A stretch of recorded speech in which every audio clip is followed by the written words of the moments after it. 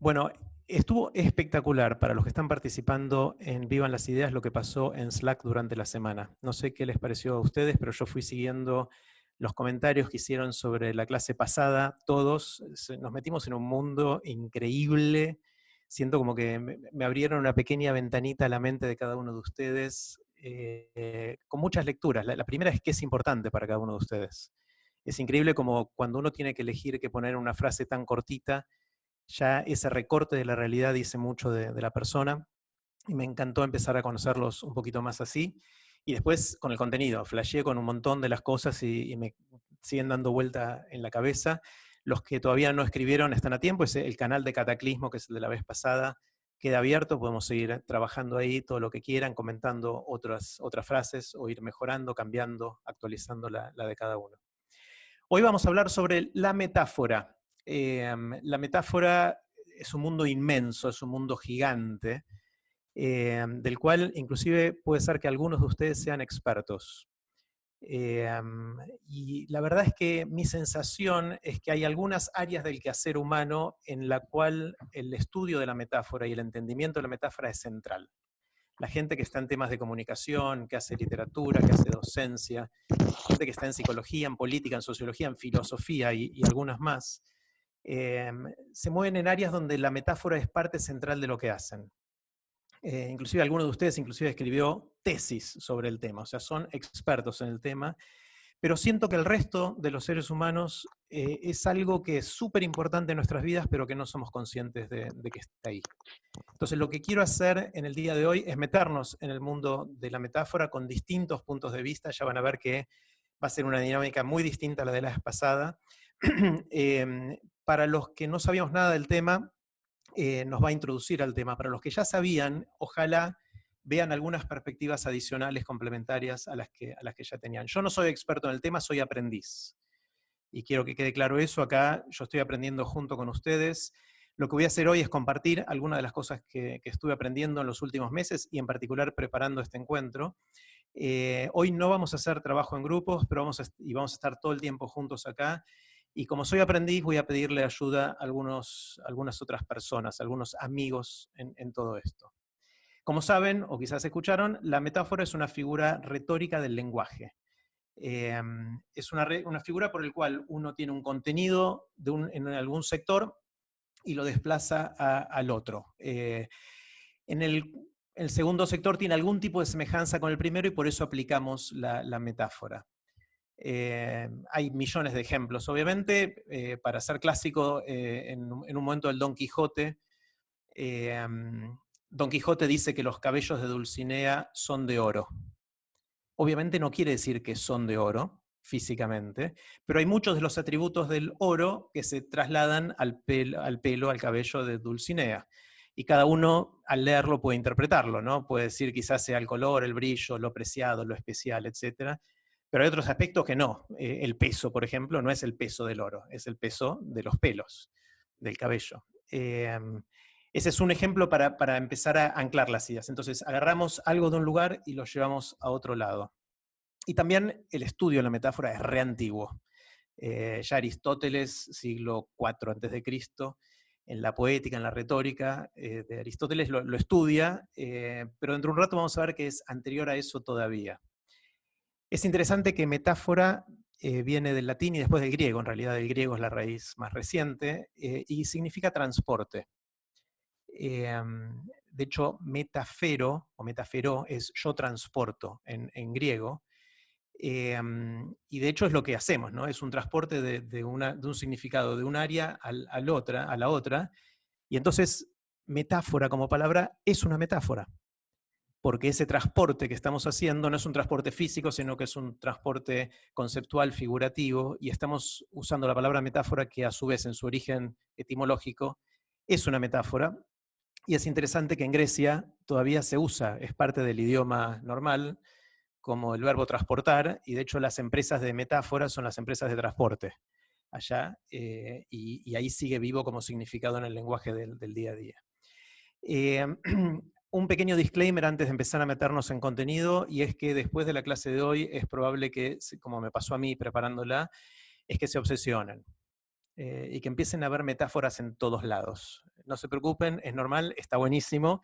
Si se vuelve muy extremo, consulten con algún médico, pero está bueno como camino. Y para entrar en calor, para calentar motores, vayan ya apreciando las metáforas que uso para describir. No estamos ni calentando motores, ni entrando en calor literalmente, sino metafóricamente. A los que estuvieron en la clase pasada, les pedí que seleccionaran una o dos metáforas de un libro que están leyendo, que ahora después les cuento a los demás para qué es ese libro. Pero ténganlas a mano ahora. Yo, como les conté la vez pasada, estoy releyendo Siddhartha de Hermann Hesse, que es un libro que me transformó mucho, y les voy a leer ahora dos metáforas de Siddhartha que me gustaron, simplemente para ilustrar algunas metáforas. Y después de esto les voy a pedir que tengan listas las metáforas que prepararon para ponerlas en el chat. No las pongan todavía, así me escuchan a mí, pero estén listos para ponerlas. Así vemos una chorrera, un chorro, de nuevo, otra metáfora, no es un chorro, una lista de metáforas en el chat. Las dos metáforas que elegí de Siddhartha es una frase que dice: el ave de su corazón había dejado de existir, y la otra es: alcanzado en su interior por una flecha divina cuya herida es dulce. Las dos frases están repletas de metáforas y me gustan mucho. Pongan ahora, los que tienen metáforas en el chat, y leámoslas entre todos. Pongan las metáforas que eligieron. De repente no existía más oscuridad en mis ojos. Las masas nunca conocieron la sed de verdad. Rapto de insensatez. Yo no puedo callar cuando el corazón me da gritos. Mapa nocturno para explorar un nuevo campo. Bueno, y siguen llegando, pueden verlos, no los voy a poder leer todos. Tan espectaculares. Las carcajadas le salían a borbotones de la garganta.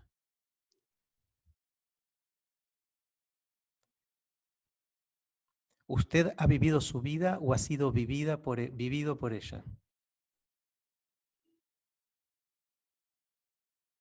No voy a leer todos en voz alta, mírenlos ustedes, que están espectaculares.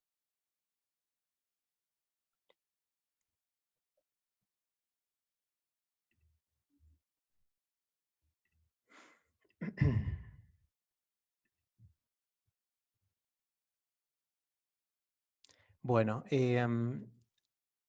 nuestro lenguaje está repleto de metáforas, tanto en la literatura como en la vida diaria. Cuando Shakespeare escribe Romeo y Julieta, hay una escena en la que está Romeo frente al balcón mirando a Julieta y flashea mal, Romeo flashea y dice, entre otras cosas, Julieta es el sol. Y a mí me parece una metáfora, primero, hermosa, por un montón de razones, pero es interesante cómo parte de los atributos del sol se transfieren a Julieta, pero no todo, ¿no? No es que Julieta es el sol. En realidad, él quiere decir que Julieta tiene algunos de los atributos del sol.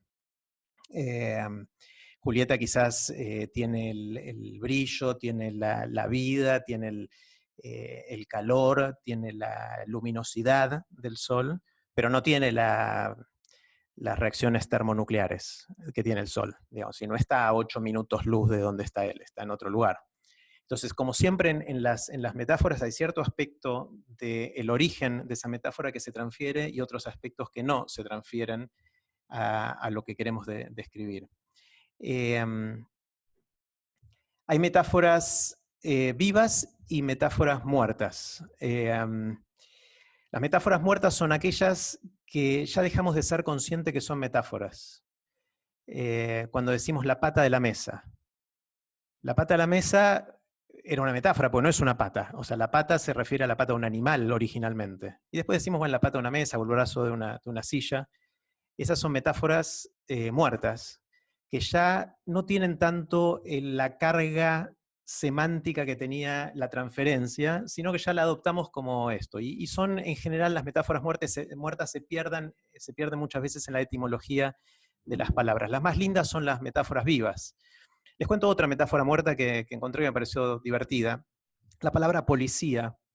Policía viene del griego polis, que es ciudad, ¿no?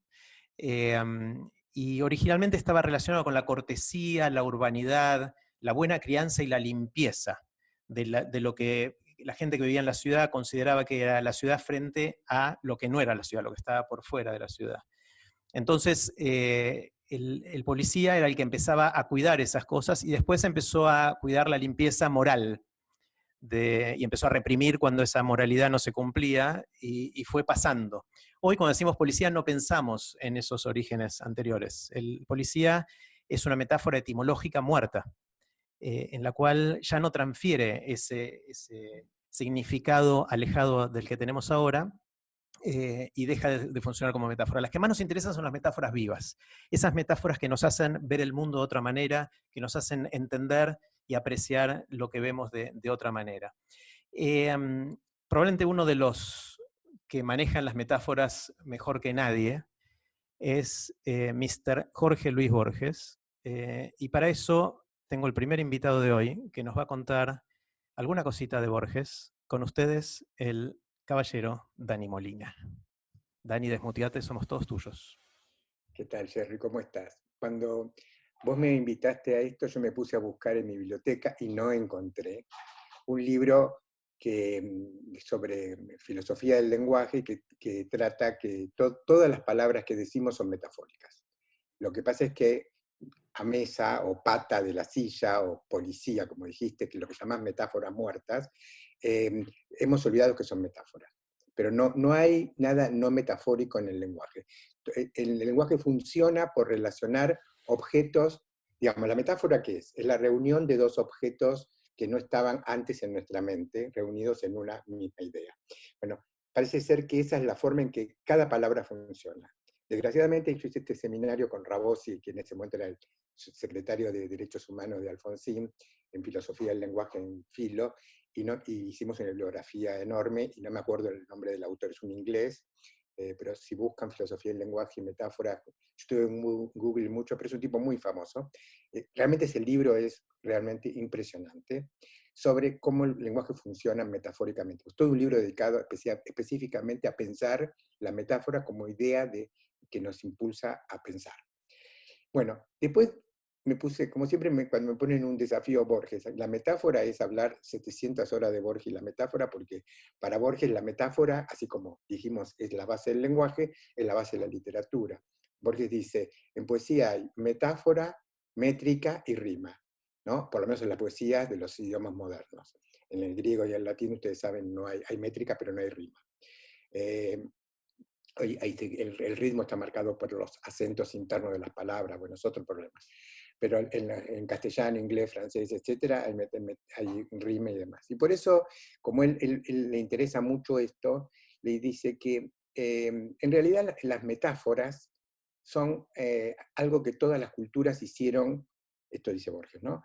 Todas las culturas hicieron al comienzo, cuando se fundaron. Los griegos en la época de la Ilíada, los romanos antes del Imperio, los que hablamos español y castellano en la época de Miocidi, hasta el Quijote más o menos. Ahí hicimos todas esas asociaciones válidas.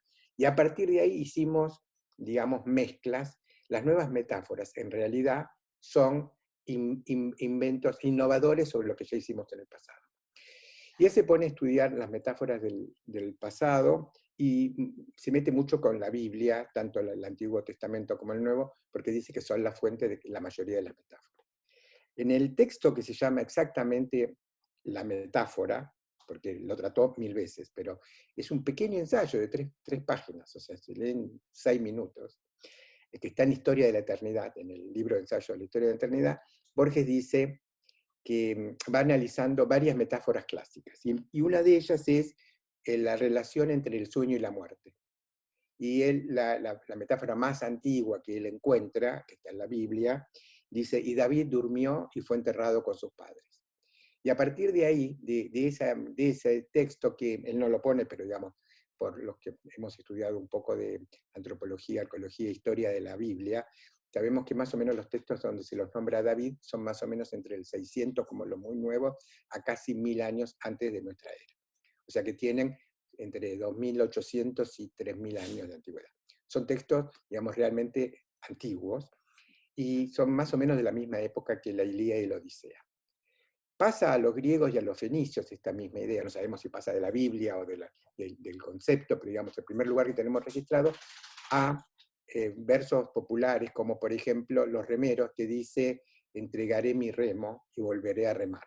Esto decían los remeros de Fenicios, también lo registra Borges. Y él sigue analizando a través de toda la historia esta asociación y llega a los blues en 1920, los primeros blues. ¿No? Borges era fanático, el jazz moderno y el tango moderno no le gustaban, pero la vieja milonga anterior al tango y el primer blues negro, que casi es parecido a la canción religiosa de los bautistas del sur, digamos, le encantaba. Y ahí ve una metáfora que siempre que se habla de alguien que muere, dice, nuestros abuelos salieron y se acostaron en la hamaca, que era el único momento que descansaban. Y él dice que eso mismo tiene que ver con la idea de los cuentos de ingleses de la Edad Media, que dice que, por ejemplo, se lee, la muerte es la primera noche en que dormimos tranquilos, por ejemplo. O el sueño, hermano de la muerte, dice Homero en Ilíada. O sea, está siempre sueño y muerte relacionado. Entonces dice que esa metáfora está gastada en el sentido de que ya es muy difícil innovar. Y realmente él cree que lo de la hamaca y el blues es como la última innovación real de la unión entre sueño y descanso. Y muerte y descanso, perdón. Después, Borges se pone a analizar cuáles son las metáforas que a él más les interesan. Por eso es que a Borges más le interesa la música del poema que la idea que reúne la metáfora, porque ya están hechas. Y él va a lo que él considera que es la metáfora de las metáforas. En una charla que dio en Villaguay en 1981, que fue una de las últimas veces que él viajó al interior del país, fue invitado ahí y habló de Mastronardi, que era su amigo entrerriano de toda la vida, que es un gran poeta, injustamente olvidado, diríamos, porque lo amaba y respetaba mucho su poesía. Miren que Borges era durísimo, no admiraba a casi nadie. Y va a Villaguay, se pone a hablar y él rescata en esta charla que está recogida, no está en ninguno de sus libros, está recogida por la Biblioteca Nacional, por una desgrabación que ofrecieron los participantes y está registrada en la Biblioteca Nacional y se puede buscar en la web. Él dice que la primera gran metáfora, que es como la idea perfecta de lo que es una metáfora poética, es la frase de Heráclito, nadie baja dos veces al mismo río. Y él dice, Heráclito al decir esto, nos está diciendo, el río fluye, cambia. O sea, el río, el objeto, nunca es igual a sí mismo por la fluidez. Pero a la vez, cuando vemos eso, nos asombramos de otra cosa. Nosotros cambiamos. Somos fluidos como el río. Es decir, el tiempo, el objeto y la persona son un río que fluye. Los tres están unidos por lo mismo. Si Heráclito, en vez de encontrar la metáfora del río, hubiera dicho, nadie abre la misma puerta cada vez que quiere salir, esa solidez de la puerta no hubiera dado la misma imagen de que la persona también fluye y cambia. Dice, por eso dice que encontrar una asociación perfecta, digamos, nos transforma. Entonces va analizando las metáforas y llega a ver que las viejas metáforas pueden ser rehechas maravillosamente por grandes poetas. Entonces él pone una, ya estoy terminando, que es es de Lugones, y dice, Borges siempre decía que los dos grandes poetas del barroco, y los dos más grandes poetas del castellano, que son Góngora y Quevedo, que se dan juntos prácticamente y se pelean entre ellos, trataron de escribir en castellano como el latín de Virgilio. Y cuando lo lograron, fueron los más grandes poetas del castellano. Así como Virgilio trató de escribir la Eneida, que como si fuera en el griego de Homero. Entonces dice, Lugones también tuvo un modelo, pero no fue tratar de hacer un castellano como el castellano de Góngora y Quevedo, aunque él los admiraba y quería ser barrocos como ellos, sino con la música del francés del siglo XIX en Verlaine y Víctor Hugo, que para Borges son el momento más alto de la poesía moderna. Entonces dice, cuando logró esto, logró expresarlo. Y por ejemplo dice, yo lo veo en esta metáfora, y dice, el jardín, con sus íntimos retiros, dará a tu alado ensueño fácil jaula. Es una metáfora bien barroca, con un hiperbatón y con muchas incluidas, bien como corresponde a Lugones y como corresponde al castellano barroco. Pero cuando la vamos desarmando, el jardín con sus íntimos retiros, digamos, no parece contribuir a la metáfora. Cuando la desarmemos, vamos a ver que es una sutileza sobreagregada. Dice, dará a tu alado ensueño. El ensueño o la imaginación es para, siempre en la literatura y en la poesía, el momento en que uno imagina ideas nuevas, el momento en que uno proyecta, y también el momento del deseo, que puede ser erótico incluso. Entonces, en este alado ensueño siempre está, es un ave, ¿no? Que acá lo puso en sueño con alas, es como un ave que se va a liberar. Pero al mismo tiempo, como está retirado en un jardín y está imaginando y no está concretando, esa ave está como un ave que se muestra en una jaula. Entonces dice, dar ese jardín que te permite el retiro para que puedas pensar y puedas imaginar y puedas desear libremente, a la vez se convierte en fácil jaula de tu alado en sueño, ¿no? La Borges dice, en ese juego es absolutamente maravilloso. Entonces yo, cuando vos me dijiste, pensá metáforas de Borges, Borges está lleno de metáforas, o sea, por lo tanto yo les digo, lean todo Borges, porque es así, y cualquier gran escritor, ¿no? Entonces miré algo así como sería la metametáfora en Borges, que es la función, digamos, que construye todos los relatos borgianos, y que es una palabra griega que se llama oxímoron, que es unir en un mismo sintagma dos ideas contradictorias. Por ejemplo, en el lenguaje común decimos muchos oxímoron sin darnos cuenta, como tensa calma. Antes que comience el partido entre Real Madrid y Barcelona, hay tensa calma en el estadio. Eso lo escuchamos si vemos fútbol o cualquier cosa, cualquier relator lo dice. O sea que, digamos, que después sepamos que eso es un oxímoron y nos haga medianamente culto, no quiere decir que haya que ser culto para decir un oxímoron. Entonces me están paseando por las caras o algo así pasa y me distrae. A ver si me puedo volver. Tranquilo, Dani, tranquilo, es porque alguien no estaba muteado. Ah, no, no. Y a ver si vuelvo, ahí volví. Bueno, y entonces, no, porque te veo a vos o me veo yo y estoy como dialogando, pero cuando empiezan a pasar las caritas, me distrae. Entonces dije, hay un lugar donde Borges lleva el oxímoron al extremo, que todos los títulos de los relatos son un oxímoron. Y ese es su primer libro de relatos, que es Historia Universal de la Infamia. Y voy a hablar solo del primer oxímoron, que es el primer relato, que se llama El atroz redentor Lazarus Morel.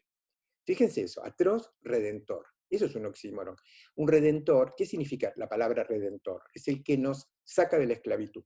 Por eso Cristo es el redentor, o Cristo es el salvador, o es el Mesías, porque es aquel que desesclaviza, libera nuestra alma del pecado, de la locura de estar atados al mundo en vez de ver los bienes que están más allá, etc.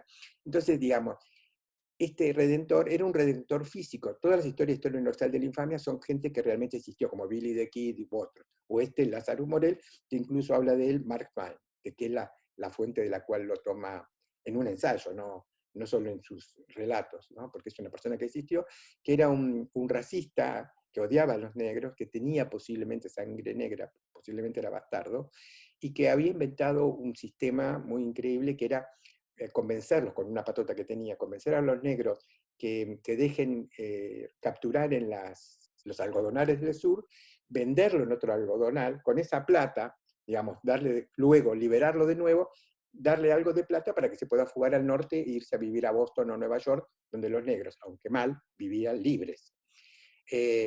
Pero lo que hacía luego que los vendía uno o dos veces y ya el negro protestaba, que decía, se había dado cuenta que la mano venía mal, entonces los mataba, siempre. Y Borges ahí lo cuenta así, y dice, cuando el negro comprendía la situación, ¿no? Y reclamaba por su libertad, Lázaro Morel realmente los liberaba del olfato, de la vista, del tacto, de las penurias de esta vida, y lo dejaba libre para siempre, ¿no? O sea, lo mataba, pero libre acá es matar. Entonces, inventa una nueva metáfora, que en este caso es irónica y malvada, digamos, ¿no? Para contar, y empieza con una contradicción, que para mí es una forma metafórica de usar el lenguaje de manera la presentación que lo enriquece. Al unir dos ideas, Atroz Redentor ya nos está contando que este Redentor realmente no es el Redentor que te salva, sino el que te mata. Bueno, espectacular, Dani. Espectacular, como siempre. La razón por la que lo invité a Dani, primero porque me encanta escucharlo, lo puedo escuchar durante horas y él puede hablar durante horas de estos temas, en particular de Borges. Él está dando un curso ahora de Borges en Baikal, y por eso invitamos a algunas de la gente que está haciendo el curso con él, que están escuchando hoy acá, los invitamos especialmente porque Dani está hoy acá. Y ahora Dani tiene que irse, pero la idea de hoy es hacer justamente lo que hicimos recién, que es mirar las metáforas desde distintos puntos de vista. Recién lo vimos desde el punto de vista de Dani hablando de Borges y Borges mirando a otros y hablando de la metáfora. Ahora les quiero presentar otro punto de vista distinto, muy distinto, que es el punto de vista de alguien que estudia comunicación, que ve la metáfora desde el punto de vista de la comunicación y de alguien que la usa y la consume y la genera en el día a día. Y para eso les quiero mostrar un video muy cortito, son 7 minutos, de una charla que dio Julia Kenny, que está hoy presente acá entre ustedes, pero les quiero mostrar el video cortito de una charla que ella dio en El Mundo de las Ideas, que es un curso que damos con Melina Furman, también profe de Baikal. Ya hace 8 años damos este curso, y esta es una charla que dio Julia. Les voy a compartir pantalla y les muestro la charla de Julia, que dura 7 minutos.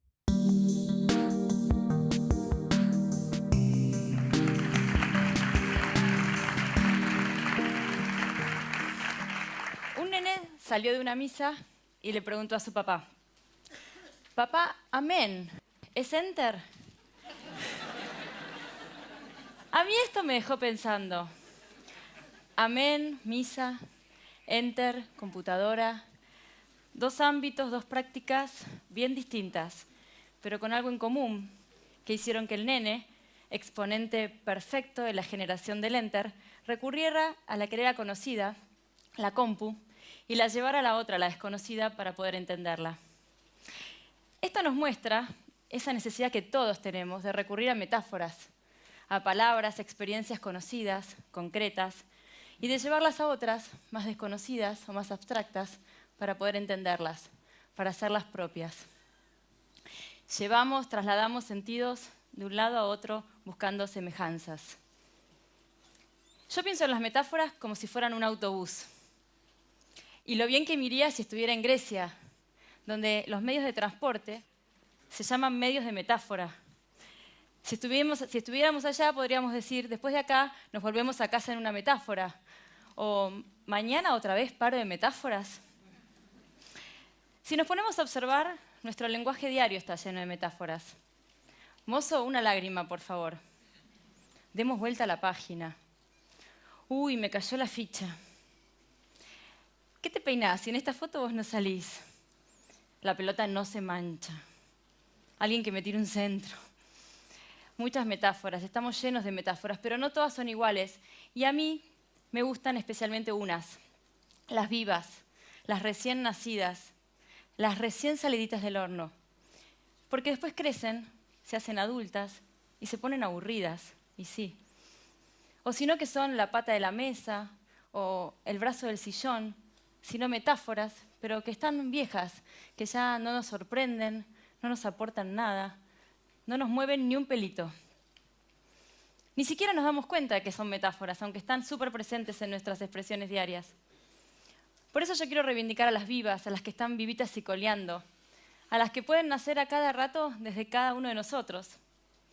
Sí, porque las metáforas no son solo cuestión de poetas, de artistas o de eruditos.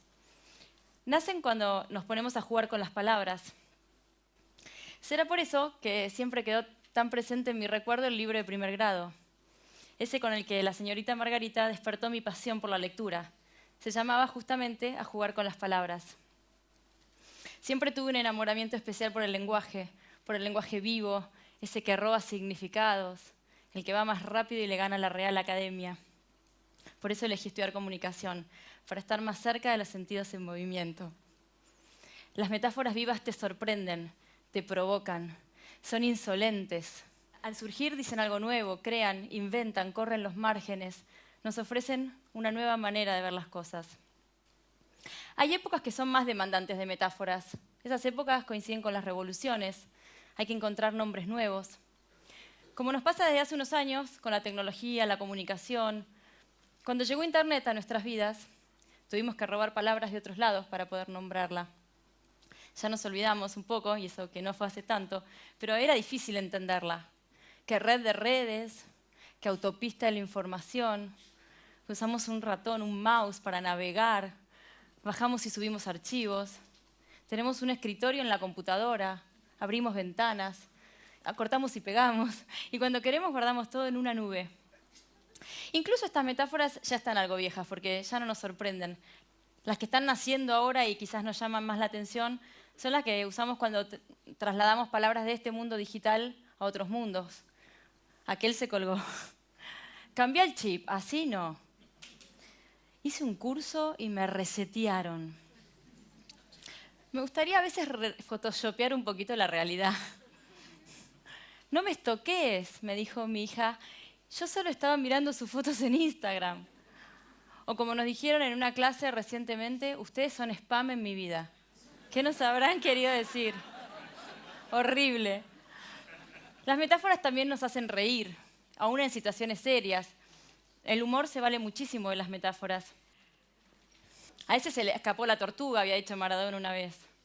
O, vos no tenés los patitos en fila, no me llega agua al tanque.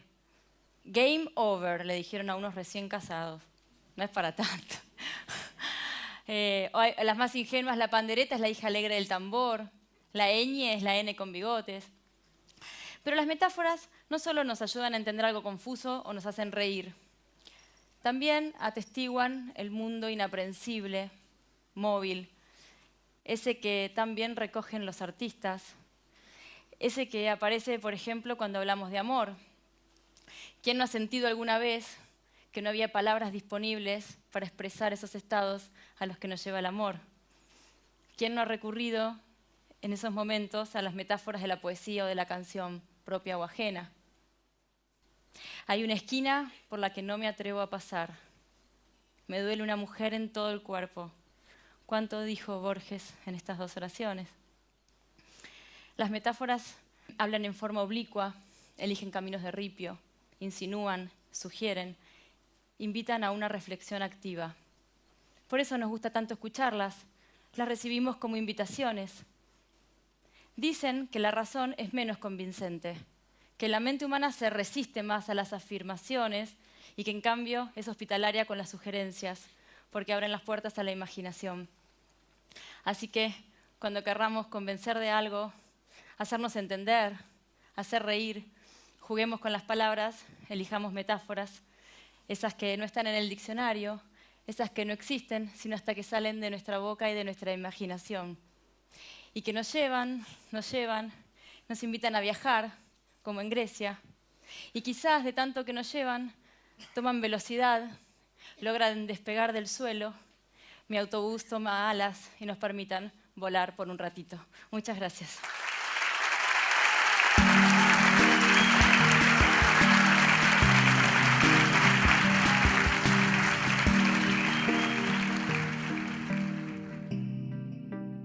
Bueno, gracias Julia.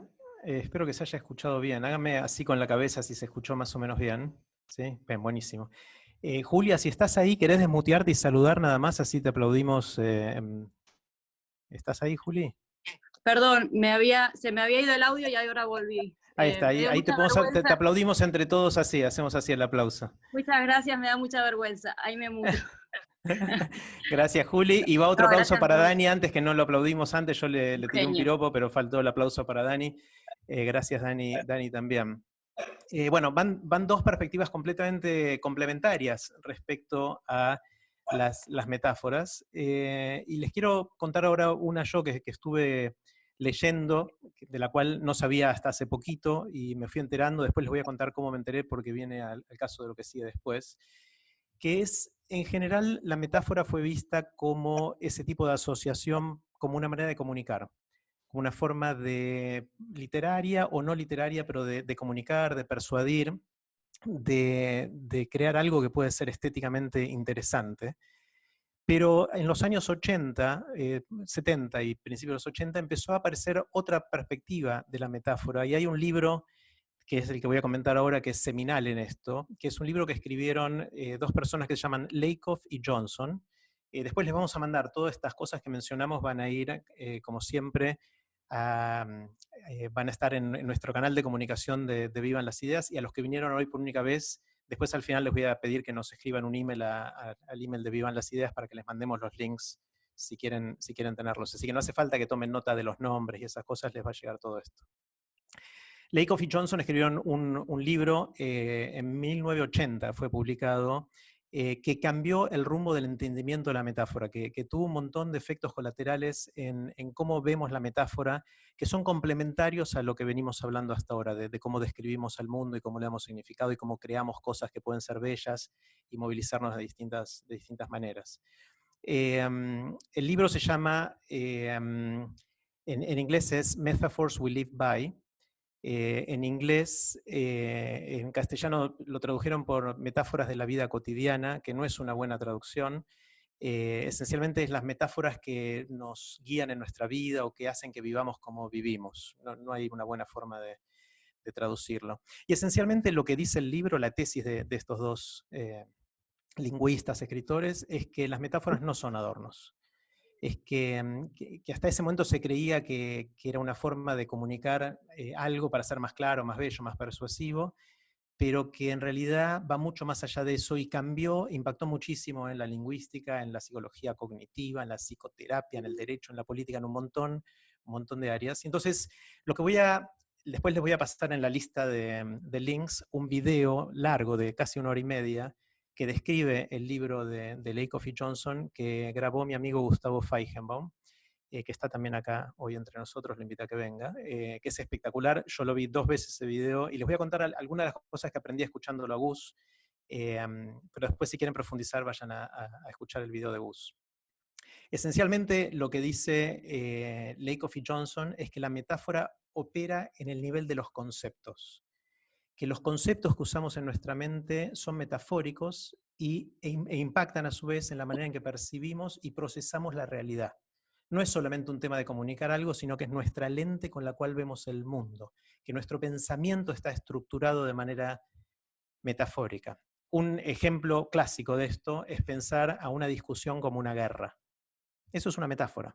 Decir que una discusión es como una guerra es una comparación, es una metáfora, pero va más allá de describirla. Nos predispone a entender una discusión de una manera bastante especial. Si ustedes quisieran describir qué es una discusión, es re difícil describir qué es una discusión. Hay 2 personas que están intercambiando sus puntos de vista, uno tratando de persuadir al otro, que argumentan, que va, que vienen. No es fácil, pero si decimos, bueno, es una guerra en la cual hay intercambio de opiniones, de repente asociamos muchas de las características de la guerra y lo llevamos al campo de la discusión. Y eso nos predispone a entender la discusión de una manera muy especial. Y está repleto de palabras que usamos para describir las discusiones como si fueran guerras. Decimos como 2 contrincantes tratando de derrotar al otro. Atacó los puntos débiles de mi razonamiento, derribé su razonamiento. Nunca le pude ganar una discusión. Le entré por otro flanco. Ganar o perder discusiones es simplemente una visión de suma cero de guerra. Convencer, de hecho, convencer viene de vencer. Convencer a alguien es que lo estás venciendo en algo. Ganar y perder terreno, planear la estrategia, ataque, defensa, contraataque, toda la forma en que comentamos, articulamos y relatamos una discusión tiene mucho del lenguaje de la guerra. Y de esa manera vemos a las discusiones como guerras. Cuando discutimos tratamos de ganarle al otro porque estamos en una guerra. Y es un ejercicio lindo preguntarse si hubiera alguna cultura en algún lugar del mundo que tuviera otra metáfora para la discusión, si funcionarían distinto. Imagínense una cultura, y este es un ejemplo clásico, que en lugar de tener a la guerra como metáfora de la discusión, tuviera la danza. ¿Cómo sería una cultura en la cual discutir se habla con el lenguaje, con las metáforas de la danza? ¿Sería distinto? Hay 2 aspectos generales de estas metáforas que se llaman el dominio fuente y el dominio objeto. El dominio fuente es el que es más fácil de imaginar, el que ya tenemos de alguna manera incorporado en nuestra forma de ver al mundo, en este caso la guerra. Y el dominio objeto es el que quiero explicar, el que quiero conceptualizar a la luz del dominio fuente, en este caso, la discusión. Este tipo de metáforas, como la de una discusión es una guerra, se llaman metáforas estructurales. Y hay un montón de estas que tenemos en nuestra vida, algunas son universales, otras son específicas de ciertas culturas. Por ejemplo, el tiempo es dinero. Esa es otra metáfora estructural que define cómo vemos el tiempo, cómo nos relacionamos con el tiempo. Obviamente no es dinero, pero tiene un montón de paralelos. Y entonces hablamos de, aparte de decir el tiempo es dinero, decimos he invertido mucho tiempo, he desperdiciado tu tiempo, usar el tiempo provechosamente, gracias por tu tiempo. El tiempo es como un recurso limitado que tenemos que administrar, como si fuera guita. Obviamente el tiempo es difícil de explicar y acudimos a algo que tenemos ya incorporado, como es el dinero, y lo asociamos directamente para pensarlo de esa manera. Pero surgen un montón de cosas. Muchos trabajos pagan por hora. O sea, ahí ya la asociación entre los dos es súper íntima. Te pagan por hora. Sos como un taxímetro que está corriendo el tiempo y te pagan por cada vez que pasa cierta cantidad de tiempo. Aparte, el celular te cobra por minuto, en el hotel pagamos por noche, el banco te paga los intereses por el tiempo. Sin embargo, la asociación no es completa, ¿no? Hay ciertas cosas de la guita que no se llevan al tiempo. Es decir, uno no puede ir a pedir prestado. No hay un banco de tiempo, por lo menos no en la realidad. Pero después me acordé de la película, no sé si la vieron, la película In Time, que está Justin Timberlake, que la tradujeron por El precio del mañana, que está en muchos lugares, la pueden buscar. Es una película que lleva esta metáfora al extremo. ¿Qué pasa si, y ellos tienen acá en un implante en la piel que te cuenta cuánto tiempo te queda de vida? Y ser más rico es que te quede más tiempo y podés pagar con ese tiempo. Entonces vos querés comprarte algo, pagás con minutos, horas, días de vida, te restan a tu vida y tenés una nueva casa, un nuevo auto, y podés pedir un préstamo en el banco y te lo cobra con intereses y tenés que devolverlo. O sea, se transforma en moneda de cambio y lleva la metáfora de el tiempo es dinero al extremo. Hay un montón de otras metáforas estructurales, ahora no nos vamos a meter, como por ejemplo el amor es un viaje. Hay un video muy lindo que también me pasó Gus, de Lakoff, del autor del libro. Es un video que es 7-8 minutos, es casi una charla TED, que él cuenta cómo surgió la idea de que el amor o la relación amorosa como un viaje impacta en la manera en que vemos nuestras relaciones. Es muy lindo, después les paso el link para que lo vean. Otras ideas estructurales son las ideas como alimento, me alimento de ideas. La vitalidad como sustancia, el campo visual como un recipiente, entró dentro de mi campo visual, salió del campo visual. Ese es un gran tipo de metáforas que describen Lakoff y Johnson, que predisponen no solo nuestra forma de comunicar, sino también nuestra forma de pensar y de ver el mundo. Hay un montón más. Están las orientacionales, que están basadas en el hecho de que tenemos un cuerpo, esencialmente. Tenemos cuerpos que caminamos erguidos, en general caminamos hacia adelante y no hacia atrás. Tenemos un adelante y un atrás, que no tienen los objetos en general. Tenemos una adentro y una afuera en nuestro cuerpo, y eso nos sirve para un montón de metáforas. Por ejemplo, arriba y abajo. En general, arriba es lo positivo y abajo es lo negativo. Estamos contentos, es thumbs up, es dedo para arriba. Estamos tristes, es para abajo, ¿no? Tengo el ánimo por el piso, cayó en una depresión, lo levantaron con cucharita, está muy bajoneado, le levanté el ánimo, está pum para arriba, está por las nubes. Está repleto de frases, de palabras que usamos en el día a día para asociar cosas positivas para arriba, cosas para abajo. Eso porque tenemos un cuerpo y diferenciamos el abajo del arriba. O sea, de alguna manera estas metáforas orientacionales se agarran de nuestro cuerpo para hacernos ver el mundo de una manera especial, que depende de que tenemos un cuerpo con las características que tiene.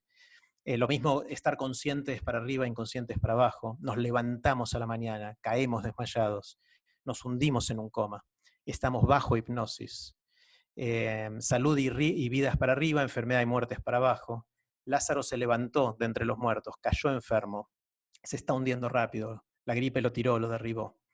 Y en parte eso es la experiencia, ¿no? Porque cuando estamos enfermos tenemos que tirarnos. Hay un tema de una experiencia corporal, de que cuando nos enfermamos tenemos que acostarnos, porque no tenemos la energía para estar parados, y eso lo asociamos y lo extendemos para describir la enfermedad. Y a veces esto nos cuesta darnos cuenta que es una metáfora, ¿no? Inclusive esto de subir para arriba, decimos, la venta de juguetes sigue subiendo. O sea, que algo crezca, decimos que va para arriba. Eso también es una metáfora, que la tenemos recontra incorporada, pero es una metáfora. Mis ingresos bajaron, la cantidad de actividad artística bajó, cometí una baja cantidad de errores. Esto de que subir es para arriba viene de una experiencia que tenemos de chiquitos, que es cuando nuestra madre, nuestro padre, nos llena el biberón, miren la palabra que usó, biberón, nos llena la mamadera, se va más es para arriba. O sea, la sensación de, porque vivimos en un ambiente con gravedad, cuando hay más, en general es más para arriba, y eso lo incorporamos de alguna manera. Esta es una interpretación del origen de esto, ¿no? Entonces tenemos las estructurales, tenemos las orientativas. Hay otro tipo de metáforas que se llaman ontológicas. Ontológica es de ser, de ente, y es cuando convertimos cosas abstractas en objetos, le damos entidad a los objetos. Por ejemplo, cuando hablamos de la inflación, que es algo re difícil de describir, que es una entidad abstracta, le damos una agencia y le damos la sensación de que es casi una persona, ¿no? Decimos, la inflación está reduciendo nuestro nivel de vida. Tenemos que combatir la inflación. La inflación no se espera a la vuelta de la esquina. Pensamos las ideas, los recuerdos, las emociones como si fueran cosas también. Tiene el ego muy frágil, arrastra un fuerte resentimiento, tiene ideas revolucionarias, le damos entidad a cosas abstractas. Otra gran metáfora que tiene que ver con, que es ontológica, es pensar a la mente como una máquina. Esa es una metáfora que usamos todo el tiempo. Se puede aprender, apagar, tiene eficiencia, tiene mecanismos internos. La mente no puede procesar todo lo que está pasando, hasta usamos los giros y el léxico de todo esto. Hay un montón más. El video de Gus, después véanlo, si quieren profundizar en esto, tiene un montón de ejemplos más. Todos estos que les conté son del video de Gustavo Feigenbaum. Hay otra variante de la ontológica que es la personificación. Por ejemplo, los mercados como personajes. El mercado reaccionó con nerviosismo. ¿Qué es el mercado? El mercado no es una persona, no tiene nervios. Es algo muy complejo de describir, pero de esta manera entendemos qué es lo que está pasando. La vida me traicionó, la inflación se está comiendo nuestras ganancias. La religión, ¿qué es la religión? La religión dice que no puede tomar alcohol. Y de alguna manera se transfiere las cuestiones de identidad a muchos de estos conceptos. Obviamente no todos, como en toda metáfora, se transfieren parte de las cosas. La inflación no tiene un DNI, como podría tener una persona, pero sí tiene un montón de las características que tiene una persona. Entonces lo que quiero hacer ahora, esto les pasé, fui un poquito rápido con todo esto, pero era para darle una idea de la cantidad de metáforas y cómo se pueden clasificar de distintas maneras que nos rodean y tratar de subir un poco nuestra conciencia de qué tipos de metáforas hay para estar más atento cuando estamos pensando metafóricamente, que siempre estamos pensando metafóricamente, es parte de la conclusión de todo esto, pero para poder tener idea de dónde viene ese pensamiento y se nos genera sesgos. Si hay algo de cómo pensamos que está sesgado por qué metáfora utilizamos para pensar en una cosa o en otra. Entonces lo que quiero hacer ahora para agregar una lente más a todo esto, y parte del día de hoy es esto, es agarrar la metáfora y empezar a mirarla de distintos lados, es pedirle justamente a Gustavo Feigenbaum, que está hoy con nosotros acá, que nos cuente otro aspecto de la metáfora distinta. Gus es medio un experto en todo esto, da cursos enteros de metáforas, y hoy le vamos a robar 10 minutitos para que Gus nos cuentes algo más de la metáfora. Desmuteate y todos tuyos. Hola, ¿cómo están? Bueno, Jerry, muchísimas gracias por la invitación y gracias también por la propaganda al video en YouTube. Nada más quiero, mientras te escuchaba, me acordé que ayer entré a ver la página de este curso y lo primero que dice cuando te presentás vos es que hace 20 años que soy un coleccionista de ideas, que me pareció un gran ejemplo de una metáfora ontológica, ¿no? Una idea como una cosa que uno puede coleccionar. Bueno, yo hoy lo que quería hacer es dar un pequeño rodeo. Va a parecer que no estoy hablando de la metáfora al principio, pero van a ver que vamos a llegar. El rodeo empieza contándoles una historia que ocurre hace 2600 años, en el 600 a.C., en Grecia antigua, más concretamente en Atenas, había una situación prácticamente de guerra civil. Los ricos eran demasiado ricos, tenían demasiado poder, la clase media estaba endeudada y los pobres estaban en la miseria total. Y en ese contexto entra en escena un político. El político se llamaba Solón. Y Solón viene a proponer una serie de reformas. Por ejemplo, propone una amnistía de las deudas. Todos los que debían plata vuelven a cero, no deben más nada. También pasaba en esa época que si vos te endeudabas, era común que pongas como garantía tu propia libertad. Es decir, que si no podías pagar, vos y tu familia se convertían en esclavos del acreedor. Entonces Solón lo que hace es anular esta posibilidad. Hace una ley que dice que si vos tomás una deuda, bueno, podés tomar la deuda, pero no vas a dejar de ser libre ni te vas a volver esclavo de otra persona porque no la puedas pagar. ¿Por qué hace Solón estas reformas? Bueno, obviamente lo hace para restablecer la paz social y como para volver a armar un cierto contrato, porque Atenas estaba en riesgo de caer en el caos. Estas no son reformas aisladas, sino que hay todo un proceso histórico muy importante para nosotros, porque es un proceso que dura 200 años, donde Atenas en algunos momentos está al borde de la disolución, hay tiranías, y hay otros periodos donde asumen el poder caudillos democráticos que van haciendo avanzar los derechos de los ciudadanos, y esto va a desembocar, por eso digo que es importante para nosotros, en la invención de la democracia ateniense, que es como la abuelita de nuestras democracias actuales, es donde empieza todo. Pero, a pesar de esta continuidad, hay una diferencia muy importante entre Solón y los políticos de nuestra época. Y es que los políticos actuales tienen como todo un corpus, una colección de lugares comunes que pueden usar para hacer política. Se nutren de esos 2600 años de experiencia histórica. Nosotros tenemos la estantería llena de estrategias retóricas para convencer a la opinión pública.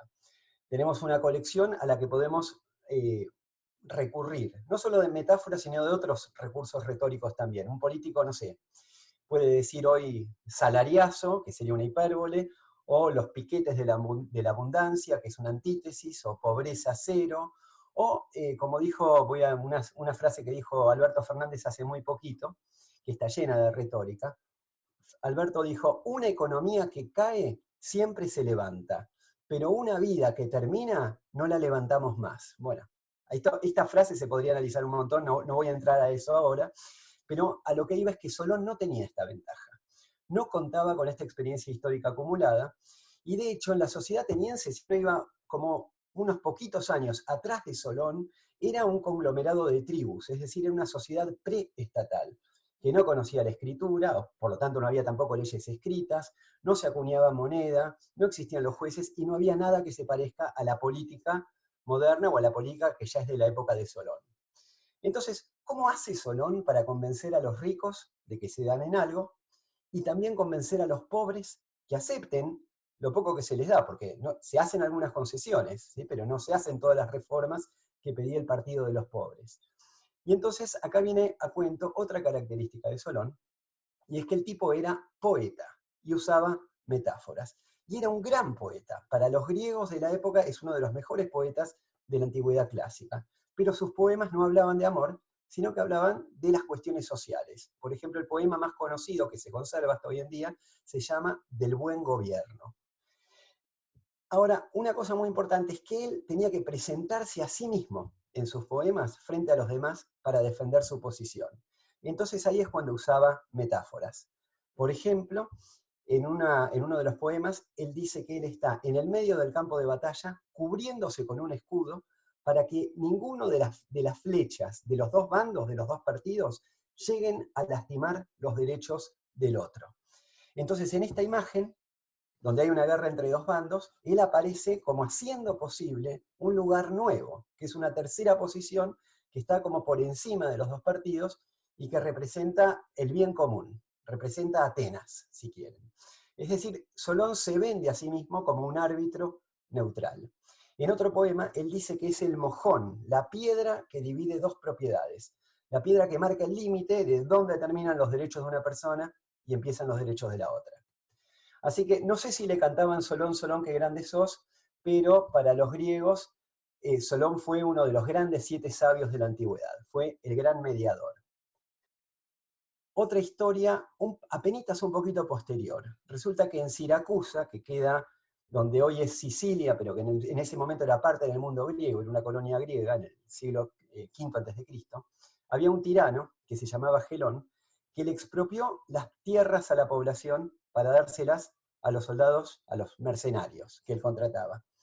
30 años después, vuelve la democracia y los ciudadanos dicen, che, queremos recuperar nuestras tierras. Pero no habíamos en esa época mapas catastrales como hay ahora, entonces se hicieron unos procesos judiciales donde la gente iba y tenía que argumentar. Por ejemplo, no sé, dirías, me imagino, mis tierras llegaban hasta tal río, o hasta tal pino, o hasta tal montaña, y si argumentabas bien tenías más posibilidades de convencer y quedarte con más tierras. Entonces, en ese momento interviene un sofista, que es Corax, que el trabajo de él era asesorar a la gente que tenía que escribir discursos. Y después de asesorar a la gente, se le ocurre la idea de escribir un manual que explicara las mejores técnicas de argumentación. Y este es el primer manual de retórica de la historia. Bueno, ¿por qué sería importante esto? ¿Qué importancia tiene el primer manual de retórica? El tema es que no es solamente el primer manual de retórica, sino que tampoco existían manuales ni de gramática, ni de lógica, ni de lingüística. Es la primera vez en la historia de Occidente donde tomamos a nuestro lenguaje como objeto de estudio, donde nos separamos del lenguaje y decir, acá hay algo que podemos estudiar. Roland Barthes, que es un filósofo francés que escribió sobre este episodio, dice que a él le causa mucha gracia, que le resulta sabroso, dice que la primera reflexión de los seres humanos acerca del lenguaje que usan haya sido en el contexto de la lucha por la propiedad de la tierra. Es decir, que argumentamos cuando tenemos que hacer valer nuestros derechos. Esto, dicho de paso, también pasa con los chicos. Los chicos en su desarrollo, ¿cuándo empiezan a argumentar? Cuando se pelean por los juguetes. Cuando dicen, es mío porque yo lo vi primero, por ejemplo, porque canté PRI. Bueno, 200 años después de Solón, más o menos 100 años después de este manual de retórica, tenemos a Aristóteles, y Aristóteles es el primero que teoriza, específicamente, por lo menos que nosotros sepamos, acerca de la metáfora. Es decir, como dijo Dani antes, las metáforas existen en todas las culturas, pero no todas las culturas saben que usan metáforas. Y en nuestra tradición, la primera vez que alguien dijo, che, acá tenemos una metáfora, esto es un fenómeno interesante para estudiar, esto ocurre con Aristóteles. Como dijo Jerry antes, la teoría de Aristóteles la expone en 2 libros, en la poética, donde habla más del uso literario de las metáforas, y en la retórica, donde habla de este uso que estoy hablando ahora, del uso en la opinión pública. La teoría de Aristóteles es genial, fue súper influyente, y básicamente es la que reinó durante 2500 años. Recién en la segunda mitad del siglo XX empiezan a aparecer otros teóricos, entre ellos Lakoff, que mueven un poquito el tablero. Pero realmente la teoría de Aristóteles fue la que gobernó nuestra comprensión de la metáfora durante mucho tiempo. Bien, entonces, ¿a qué va todo esto? Lo que estoy tratando de decir es que la metáfora no viene solamente de la inspiración, de las musas, no viene del ocio, del intento de adornar nuestro discurso o del amor a la belleza. Que la principal usina de metáforas que tenemos es la vida práctica. Y en particular la política. Cuando un ministro de Economía hoy nos dice hay que ajustarse el cinturón, o hay que pasar el invierno, o vamos a declararle la guerra a la inflación, está creando como un marco, un frame, que condiciona todo lo que podemos decir y pensar después. Y este marco, por ejemplo, si dice eso, hay que pasar el invierno, hace que parezca natural que la forma de seguir adelante es tomar medidas de austeridad, por ejemplo. Nos marca un camino. Lakoff y Johnson hablan sobre esto. Dice, bueno, los que fijan las metáforas con las cuales pensamos tienen un poder inmenso. Impone tus metáforas y vas a llevar la discusión en cierta dirección. Para terminar, me estaba acordando de cuando el presidente Alfonsín, en 1987, muchos de ustedes lo recordarán, los mayorcitos como yo, le dijo a la gente reunida en la Plaza de Mayo, terminado el alzamiento militar, la casa está en orden. Usó una metáfora. Y igual que en los tiempos de Solón, la metáfora es poderosa, porque nos genera un marco, un frame. El término frame es de otro teórico de la metáfora, Max Black. Entonces, para usar la terminología de Lakoff, si elegimos un dominio fuente como la casa, el hogar, genera un montón de inferencias implícitas. Vemos las cosas en cierta perspectiva. Sentimos, sin saber del todo por qué, que Alfonsín, como Solón, es un papá bueno que quiere lo mejor para todos, y le hacemos caso, y la gente deja la Plaza de Mayo y se vuelve a la casa sin preguntar demasiado. Así que bueno, este rodeo era un poquito para hablar de este poder de las metáforas y de su generación en esta vida práctica y política. Mil gracias, Jerry, por la invitación. Gracias, Gus. Aplauso para Gus. Gracias, gracias. Bueno, como ven, el encuentro de hoy es mucho menos interactivo que la vez pasada. Estamos escuchando, pero estamos escuchando como voces bien distintas, ¿no? Que vienen de distintos lados. Y de eso hacemos en Viva las Ideas. Cada encuentro va a tener un gustito distinto por la temática y la interacción, la dinámica que vamos a tener. ¿Se acuerdan que en el video de Julia cuenta la historia de este nene que piensa en el sermón o en la oración, más que el sermón, en la oración en la iglesia, y que asocia el amén final al enter, ¿no? Uno se puede quedar pensando cuál es una vuelta de tuerca de eso, y es que para el pibe era lo normal pensar, porque el enter para él es cuando termina la oración, cuando termina la frase, le das al enter y pasás a lo que sigue, y para él esa asociación fue natural. Resulta que a través de la comparación es como esencialmente aprendemos. Cuando aprendemos algo nuevo, lo primero que intentamos hacer es relacionarlo con lo que ya sabemos. Es algo que hacemos intuitivamente, lo hacemos inconscientemente. Enseguida estamos buscando, uy, ¿esto a qué se parece? ¿No?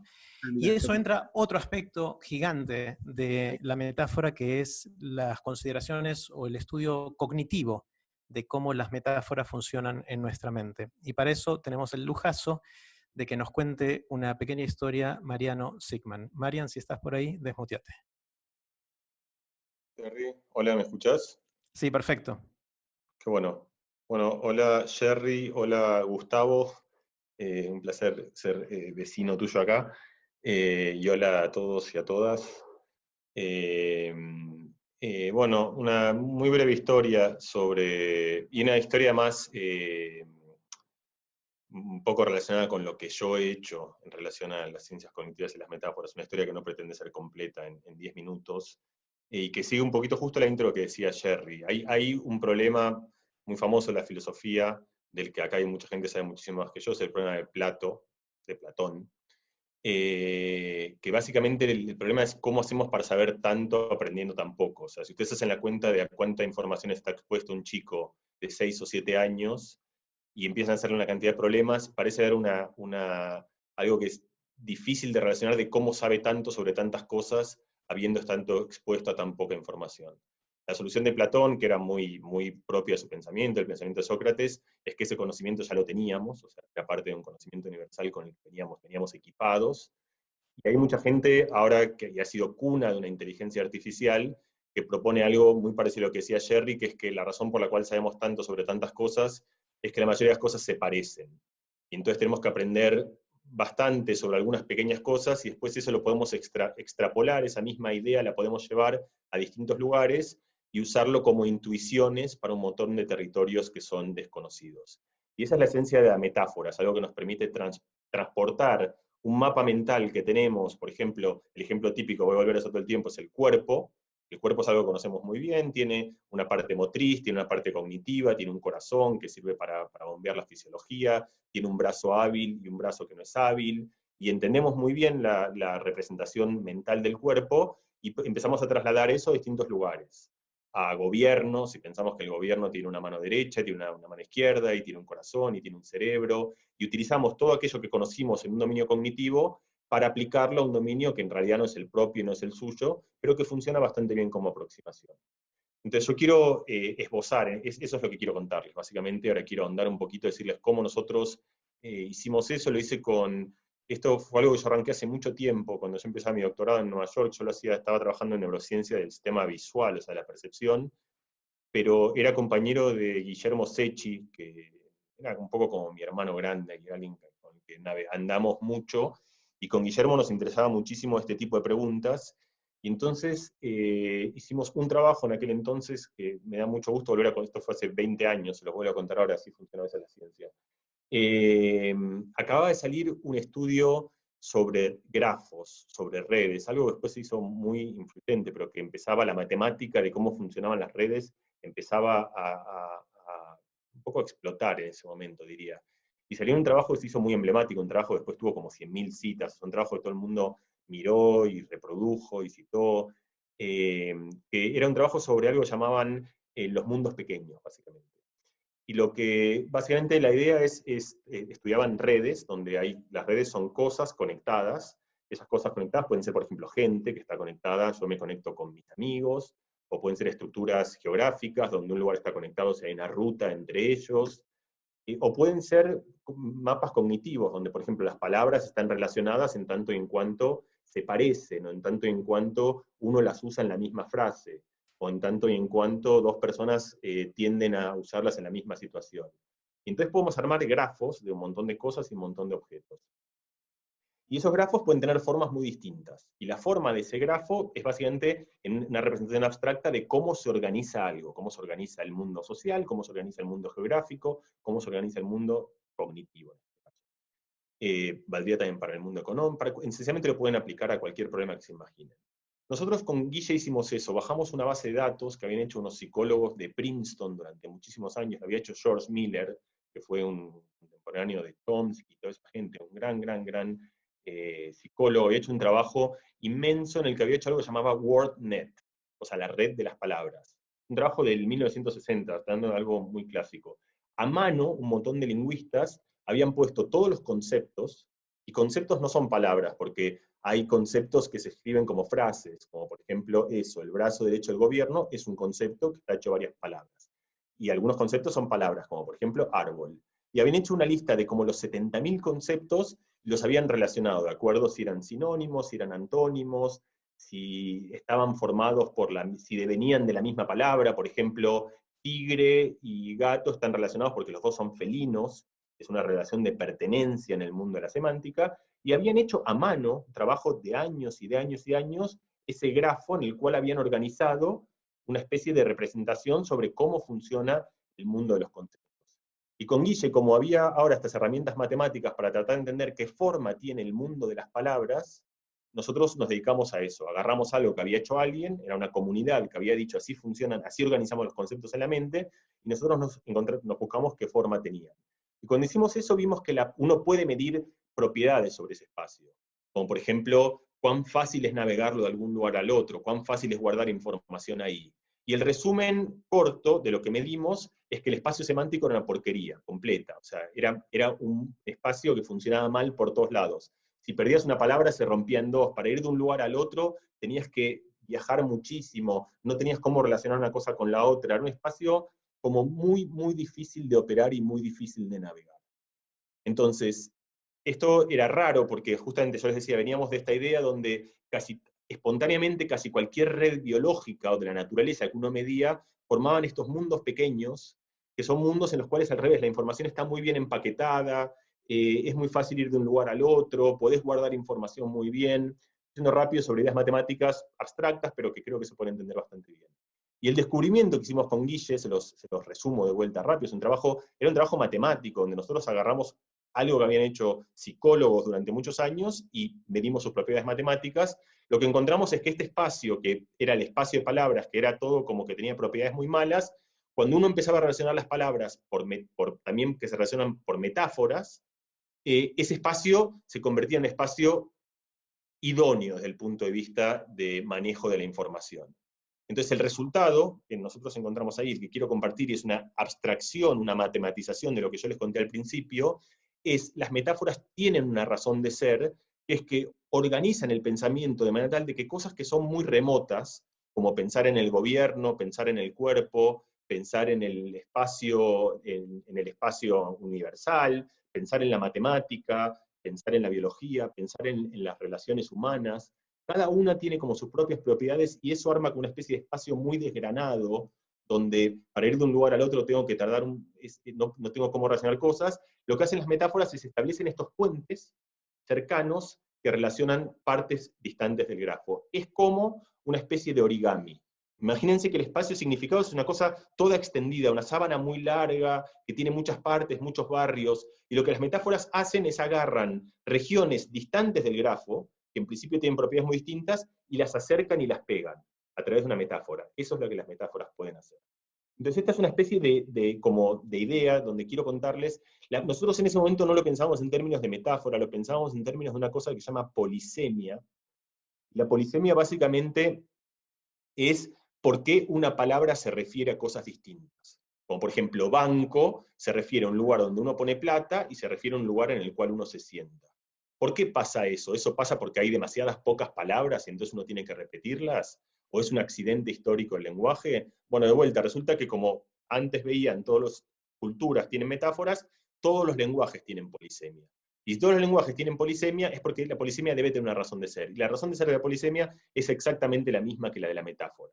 Es algo que le permite, en un mismo lugar, hablar de cosas distintas con la misma etiqueta, con la misma palabra.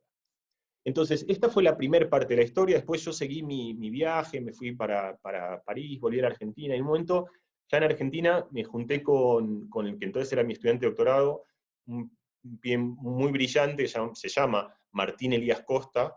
Ahora se dedica a hacer cosas de gran data y teatro. Así abrió, vino en esas dos actividades, pero en un momento hicimos ciencia juntos. Y con Martín revisitamos esta idea con un experimento que de vuelta le tengo bastante cariño, y les cuento esto y cierro, porque me parece que combinan las dos ideas.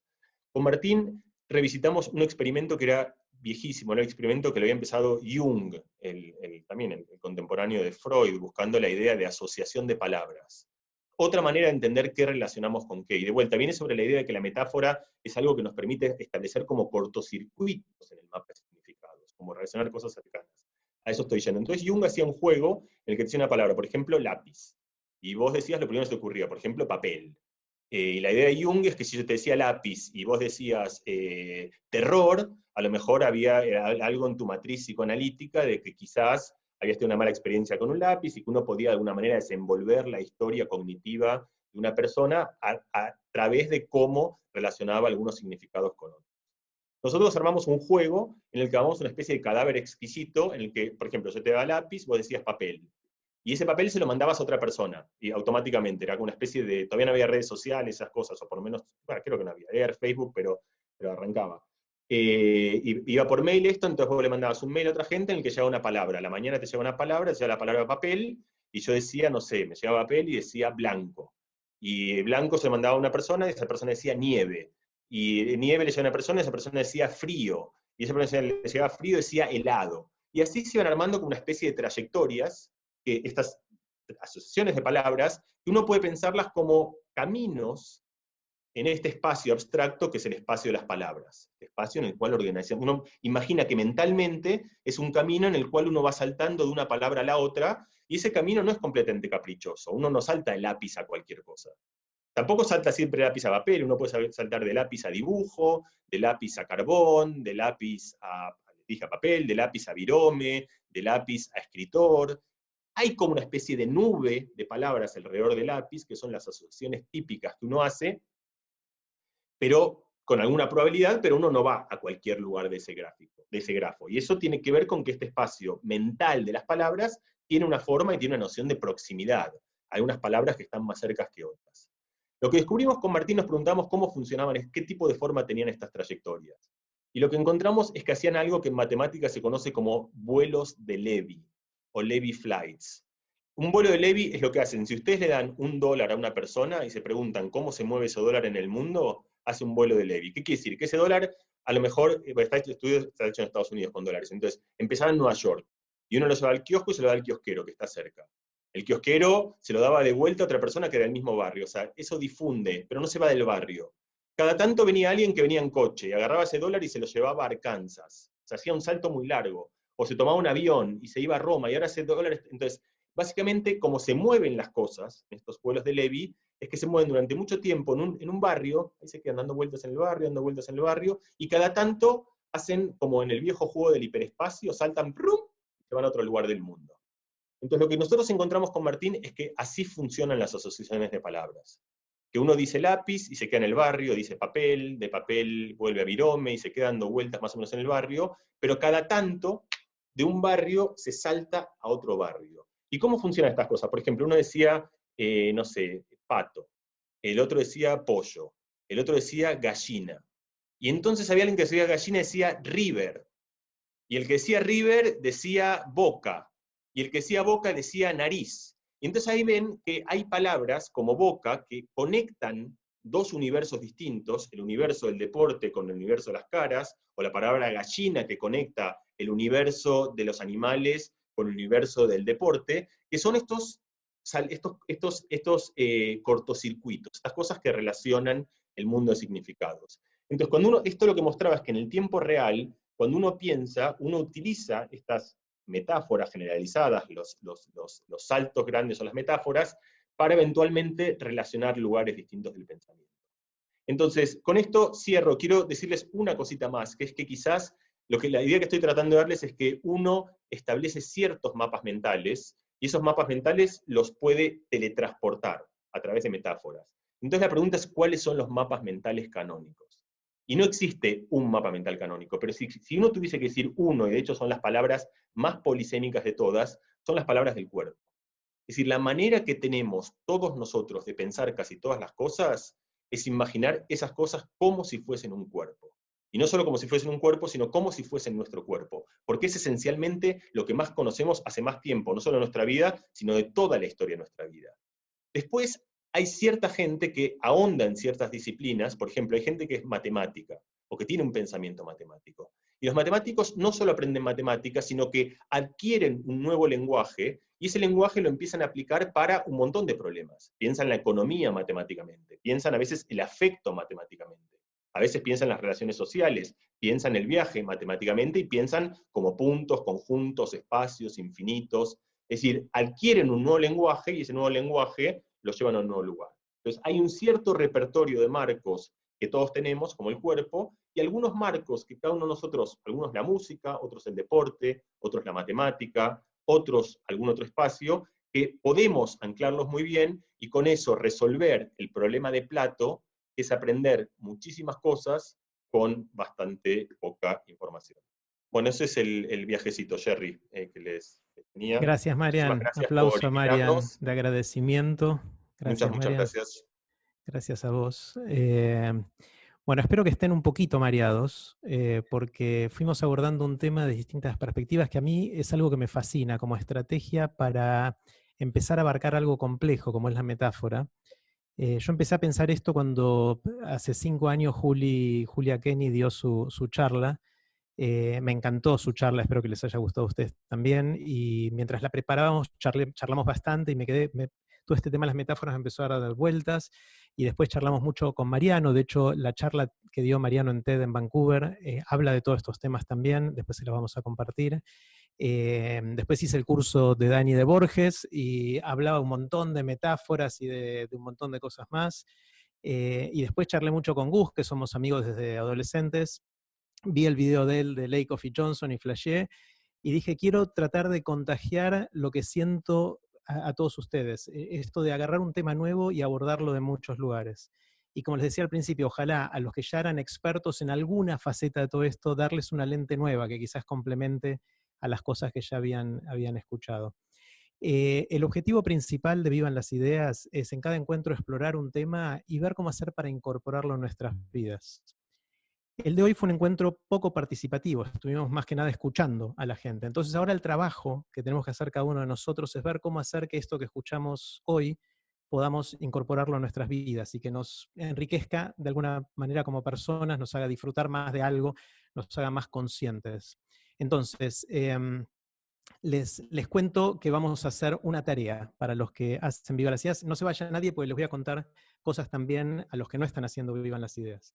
Para los que están haciendo Vivan las Ideas, y nos vamos a encontrar en los próximos sábados, en nuestra plataforma virtual, para que sepan todos, usamos una plataforma virtual en Vivan las Ideas donde intercambiamos cosas durante la semana. La tarea es la siguiente: identifiquen una metáfora que les llame la atención, que influya en cómo ven algo o en cómo se comportan. Después se los vamos a mandar escrito, como siempre.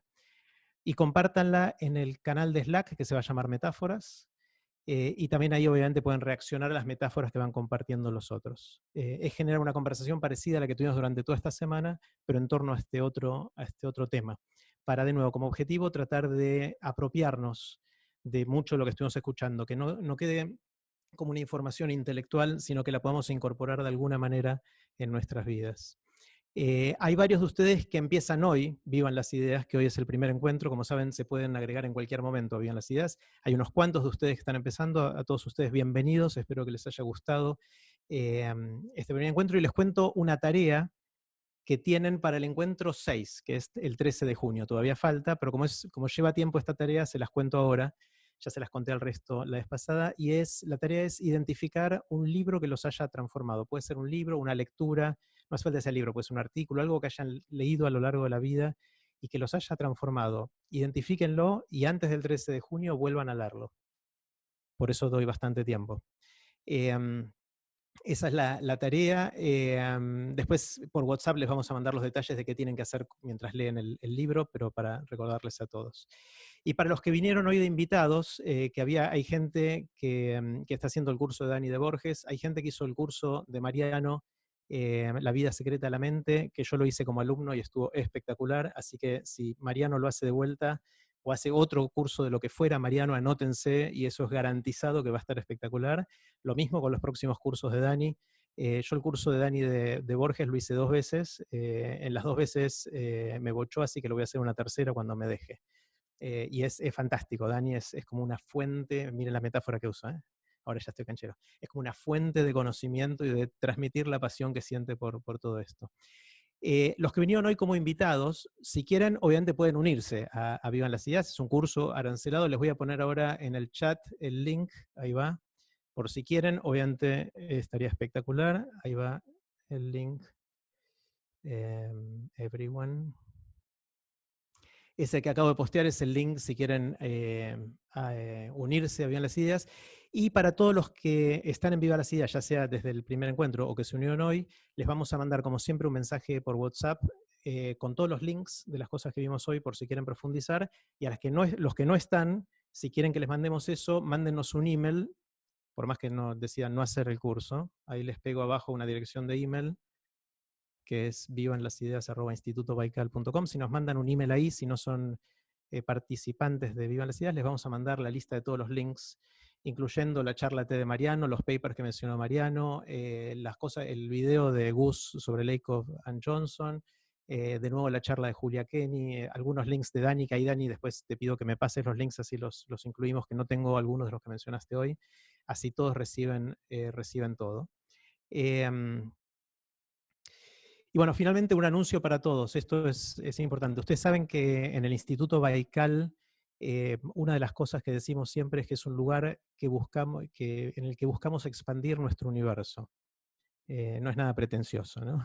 Pero bueno, es lo que queremos hacer, es agrandar el universo personal de cada uno de nosotros, de enriquecernos con contenidos, con lo que fuera, con saber hacer, con las cosas más variadas. Y muchos de ustedes, inclusive que están acá, son profes de Baikal y hacen un montón de otros cursos.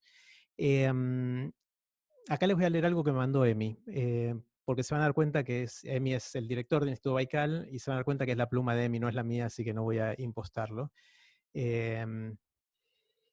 Dice, la idea es que quienes son alumnos de Baikal no sean solo alumnos de un curso, sino alumnos de una experiencia enriquecedora de muchas personas con muchas propuestas. Si haces un curso de Borges, digamos, en el Rojas, haces un curso de Borges en el Rojas. Si haces el curso de Borges en Baikal, con Dani Molina, sos alumnos de Baikal y venís a probar, por ejemplo, hoy, Vivan las Ideas, este curso. O si haces La vida secreta de la mente, que es el curso Mariano, algunos de los que hicieron el curso están hoy acá también. Entrás por Borges, o entrás por Dani, o entrás por Mariano, pero expandís tu universo a otros temas y a otras personas que te pueden interesar. O quizás ustedes están acá y deciden anotarse en el futuro en alguno de los otros cursos. Baikal es un laberinto que tiene un montón de rincones espectaculares en los que muchos profes hacemos cosas juntos, así que la invitación es a que lo exploren. Y por ejemplo, una de las cosas que tenemos muy lindas se llama Comunidad Baikal, que es un grupo que uno paga por mes una cantidad, es como una membresía, y tiene acceso a actividades exclusivas para la comunidad, aparte de tener descuentos y otras cosas para cursos. Y los que están en Comunidad Baikal este viernes, vamos a un encuentro en el cual yo voy a estar y va a haber otros profes de Baikal, en el cual el tema va a ser convivencia. Vamos a hablar sobre convivencia desde distintos puntos de vista. Es una actividad exclusiva para los que están en Comunidad Baikal. Y si quieren ser parte de Comunidad Baikal, ahora les paso el link. Ahí pueden ver todos los detalles. Ahí va. Ahí está. Bueno, y finalmente les mandamos a todos los que están participando de Vivan las Ideas, pero se los recuerdo acá, de agendar el número de teléfono de Vivan las Ideas y el de Baikal. Son dos números distintos. En el de Vivan las Ideas les mandamos la información del curso, los links post clase, el link al Slack y alguna otra información más. Y en el de Baikal les avisamos de otras oportunidades que puede haber de hacer cosas como, por ejemplo, la invitación a, así como hoy vinieron algunos de los alumnos de Dani y de Mariano acá, quizás los invitamos a ustedes en algún momento o algunos de ustedes a participar de otros cursos y otra información adicional. Así que acá Gabriel Ponce pone metáfora, Baikal es una droga, lamentablemente es así y ya somos todos adictos. Gracias a todos, nos vemos el sábado que viene. Chao. Y gracias sobre todo a Julia, a Dani, a Mariano, a Gus, y como siempre a Matías y a Karen que ayudan a que todo esto suceda y a todo el equipo de Baikal que es impresionante. Que terminen bien el finde y que estén bien. Chao.